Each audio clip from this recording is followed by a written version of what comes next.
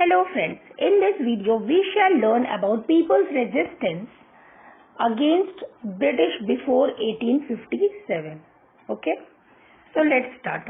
First of all, let us understand the meaning of people's resistance. So in this context of British rule in India, people's resistance refer to the collective opposition shown by various sections of Indian society against the British. These included the peasant, the artist, tribal communities, the ruling classes, military personnel, religious leaders, Hindus and Muslims. And though these groups had different reasons for discontentment, they shared a common goal to end the British rule. So let's start. Before the revolt of 1857, several incidents occurred which indicated that there was growing resentment against the British rule. This resentment was expressed by different group of people in different regions of India. People's resistance meaning. In the context of people's resistance against the British rule, the term people include many sections of Indian society such as peasant, artisan, tribal ruling classes, active or dispossessed, and military personnel under the companies as well as the demobilized soldiers of ex-rulers, religious leaders, Hindu and Muslim, etc. The interest of these resistance differed in the sense that each section had different grievances, but they agreed on same objective. What is that? To end the British rule. The people's resistance has been divided into three broad forms: civil rebellion, tribal rebellion, and the peasant movement. Military rebellion have also been considered a form of people's resistance, which included Indians serving in the company's army. So what may be the causes of resistance? Where the peasant, because of high taxes and land revenue policies, they have revolted against the Britishers. The tribes, they lost their forest rights and the traditional land, which made them to become rebellious against the British rule. The ruler and the soldiers, because of the annexation of the kingdoms, for example, the policies like doctrine of lapse, they became rebellious against the Britishers. And the religious leaders, because of the interference in their religious practices, they also revolted.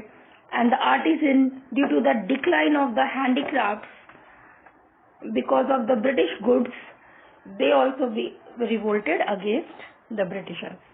And peasant resistance before 1857 was majorly divided into three categories. First one was civil rebellion, under which the local ruler, nobles, landlord all came under this civil rebellion. And the rebellion of Velu Thampi in Travancore, which is one of the example of such rebels. And after that we have tribal rebellions. So tribal people rose against the British policy, and they did not like the interference in their tribal land by the Britishers. For example, Santhal rebellion. Then the British movement. Farmers protested against the heavy taxation and exploitation. For example, Pagalpanti movement by the peasant in Bengal. So we have understood about the three form of people's resistance. Now, genesis of the people resistance. Genesis of people's resistance means the origin of people resistance. So let's understand that did the people ever get angry at the ruler before the British rule came? So the answer is yes. Okay, sometime if the ruler asks for too much money, tax, or if his helpers were bad, or people got upset. And after that, what the ruler used to do, the ruler listened to their people, and the ruler tried to help them and did not want their people to remain unhappy. This was the thing. So, in the pre-colonial India, protests of the people against the ruler and the official were not uncommon. Means it often happened. Demand for their higher land revenue, corrupt practices and strict attitude of official, etc. But the ruler had to pay attention to their grievances and problems. However, the colonial rule and its policies had a far more devastating impact on the Indians. The company was only interested in extracting revenue. There was no one to listen to their complaints or pay attention to their problems.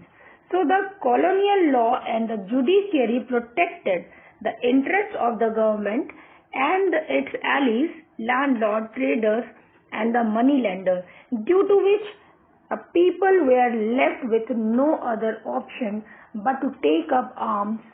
The circumstances of the tribal people were also not different. The encroachment of the outsider into their independent tribal polity made them more oppressed and violent. So this is how we learned that who got help from the British rule?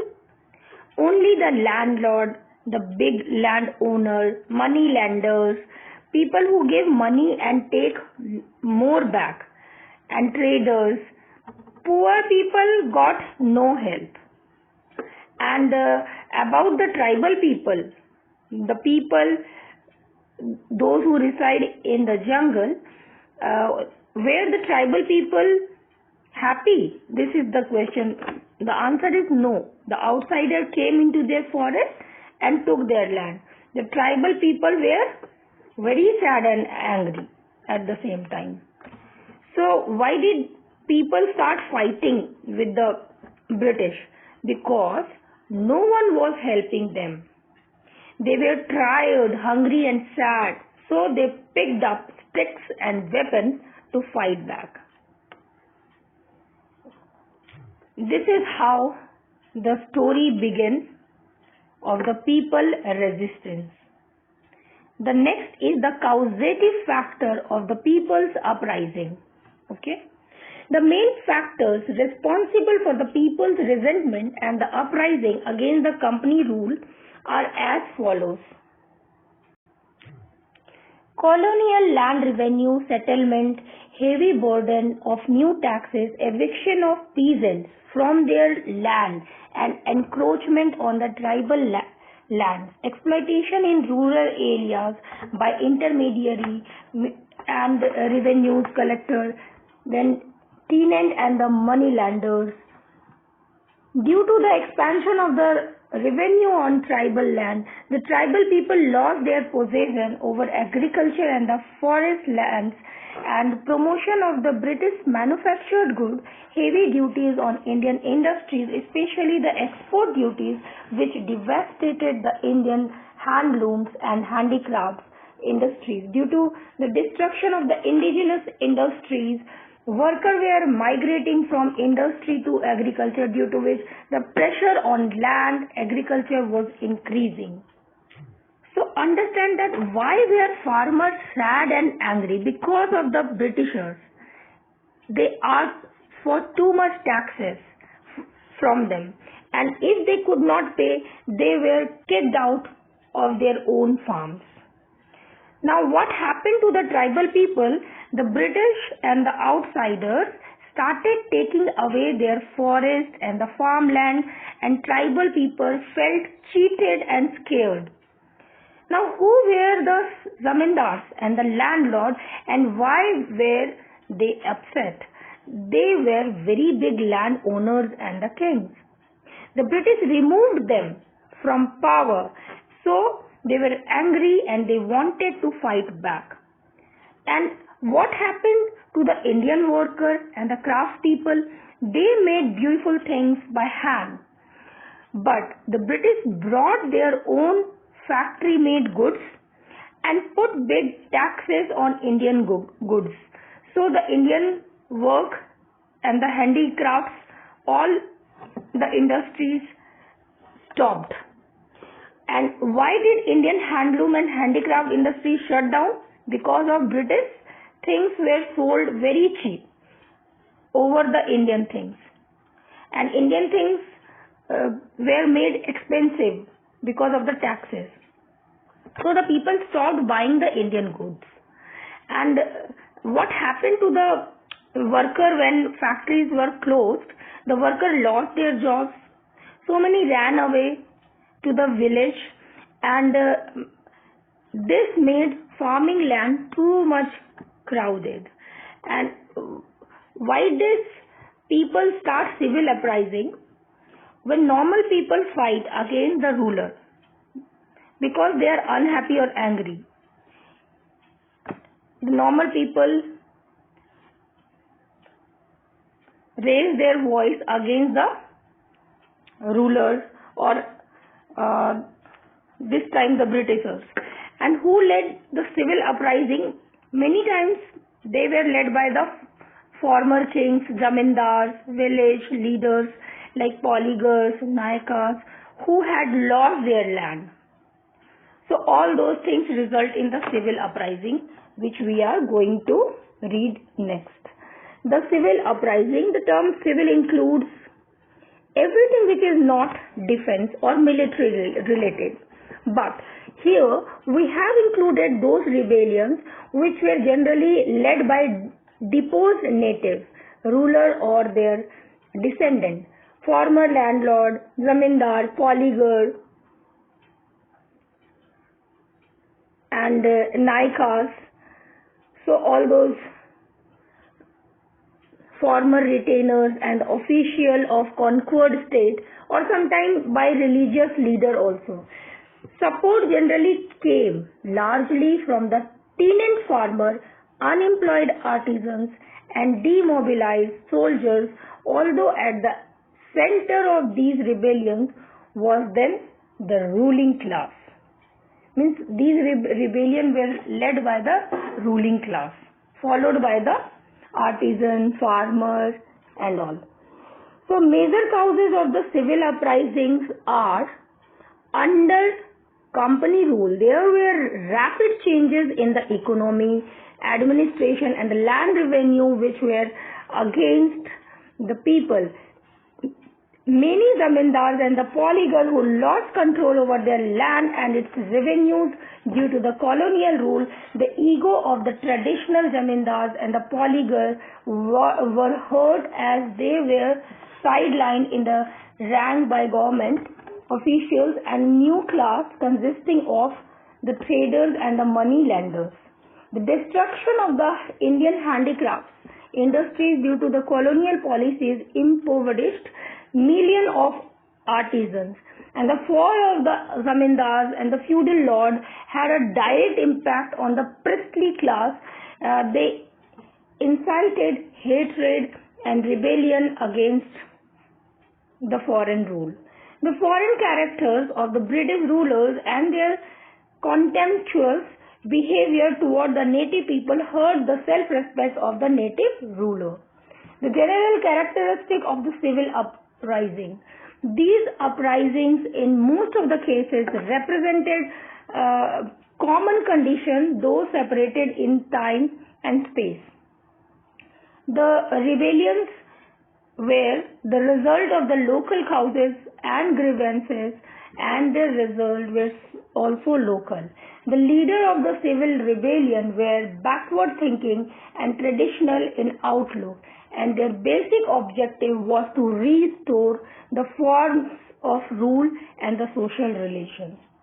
So, in this video we have learned that civil uprising means normal people, not soldiers. They started fighting against the government. In India, these uprisings were led by the old rulers and princes. zamindars, landowners, village warrior like polygars, naikas. Why? Because they wanted their power and land back from the Britishers. And that is why the people fight against the Britishers, because they lost the land, they had no jobs, they were treated unfairly, their leaders were removed, their forests were taken, the work and the culture were destroyed. So they came together to resist, to fight back and try to get the freedom. So this is all in this video, and in the next video we will learn about the important civil uprising like Sannyasi revolt, then revolt of Midnapur, Dalbhum. Till then, keep learning. Thank you.